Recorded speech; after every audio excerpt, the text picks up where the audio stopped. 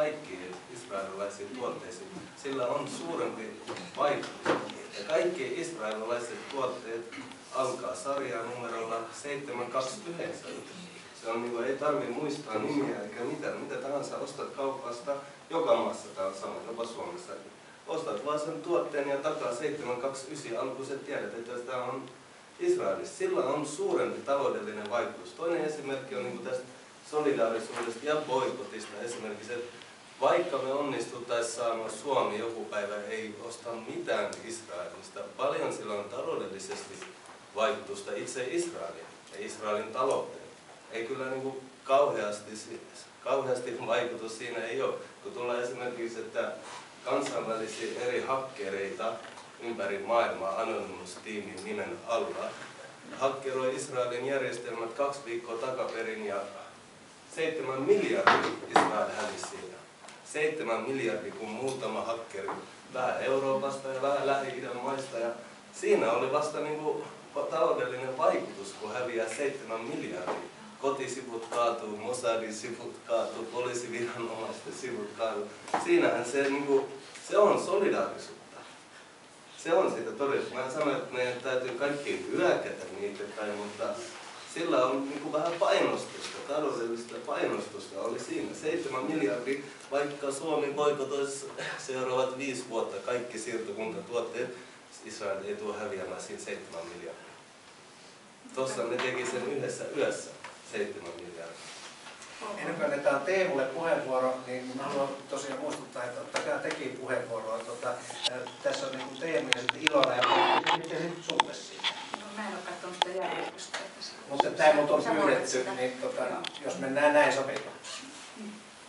Joo, niin mä näkisin, että boikotti on vain yksi elementti. Ja mä näkisin sen nimenomaan, että boikotti, mutta se, että minkä takia vaaditaan siirtokuntatuotteiden nimenomaista merkitsemistä, sehän on ikään kuin tehdä ihmisille tietoiseksi se siirtokuntapolitiikka.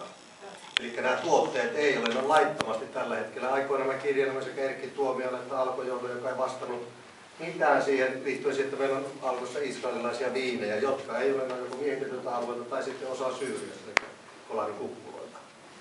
Että täysin valheellisesti merkitään tuotteita sillä tavalla, että ne ei ole.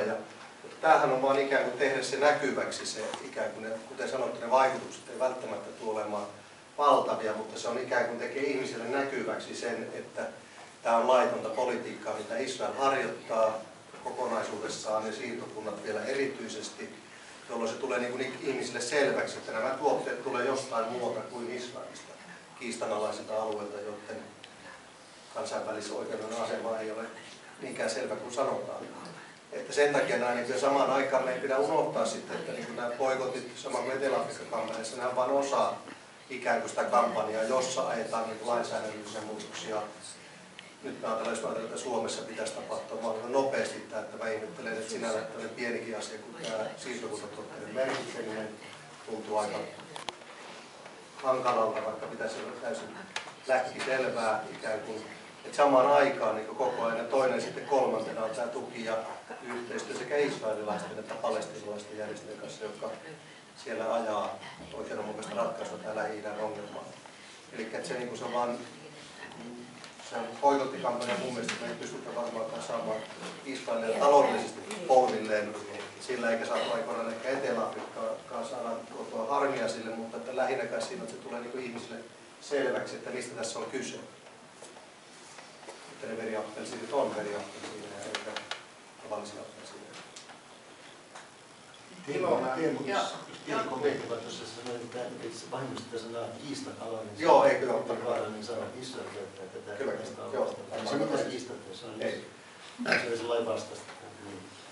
Mutta silloin kun sitä merkitsemistä keskusteltiin, niin silloin yhtenä vaihtoehtona oli sitten ne merkittäisiin, että ei merkittäisi, että ne on laittomasti miehitetyltä palestiinalaisalueiden siirtokunnista, vaan ne laitettaisiin jotenkin kiistanalaisesti. Tämä on ihan oikea korjaus, että ei käyttää tätä heidän käyttämään terminologiaa. Joo, mä olin sanomassa aika paljon samoja asioita, mitä Teemu sanoi. Sen lisäksi mun tekisi mieli vielä todeta, että sitten on tullut tämä Etelä-Afrikka boikotti, jolla aivan ilmeisesti oli iso merkitys siihen, että Etelä-Afrikka saatiin jotenkin raiteille. Niin samalla lailla mun mielestä niin todella boikotin pitäisi olla laajempi, siis sen ei pitäisi koskea vain tuotteita, sen pitäisi koskea kulttuurivaihtoa kaikissa muodoissaan. Ja joskus meidän Akkuislehdessä kirjoitettiin, että sen pitäisi olla sellainen, että jokainen tavallinen israelilainen huomaisi sen, että me ollaan eristetty maa. Sen pitäisi niin kuin tuntua heillä tavallisella kadun tallaajalla Israelissa. Mutta siis tästä huolimatta, niin jo se, että boikotoidaan siirtokuntatuotteita, niin sekin on mun mielestä hieno asia, jolle niin kuin kaikki tuki. Että siis kun ne on ne kaikkein selkeimmillä kansainvälisen lain vastaisia. Kiitos. No, mulla oli 3 pointtia ja oikeastaan ne kaikki tulivat niin kuin pyöreästi ottaen tässä, niin kuin, tai ainakin pääidea tuli esille. Mun tarkoitus oli juuri myöskin painottaa tätä siirtokuntien ja Israelin ylipäätään niin kuin välistä eroa, mutta se tuli niin kuin siinä sun puheenvuorossa niin kuin hyvin esille. Sitten mä niin kuin olin sanomassa, että mä kuuntelin vähän huonosti, mutta oliko nyt niin, että kolmannes meille Israelista tuotetuista tuotteista tulee näistä ennen siirtokunnista tai niin kuin näin. Kyllähän sillä silloin on väkisin taloudellista merkitystä. Ja tähän liittyy sitten, niin kuin, että kysymyshän ei ole pelkästään Suomesta, vaan ideana on tietenkin se, että Suomi EUn osana lähtee ajamaan tätä, tai siis tietenkin Suomi erikseen, mutta että niin kuin, koska EUlla nyt selvästi on edellä merkitystä ja niin edelleen, niin siis painostamme myöskin, tai ideana on saada tätä boikottia laajenemaan koko EU-suuntaan niin edelleen. 3. pointti on sitten juuri se, mikä sä itsekin totesit, että me emme voi ryhtyä kaikki hakkeroimaan, mikä tässä nyt mitä tahansa miljardia menetyksiä siitä sitten koituisi. Mutta tosiaan tämä siirtokuntien ja muun Israelin erottaminen oli mun mielestä, tai edes siirtokuntien se tärkeä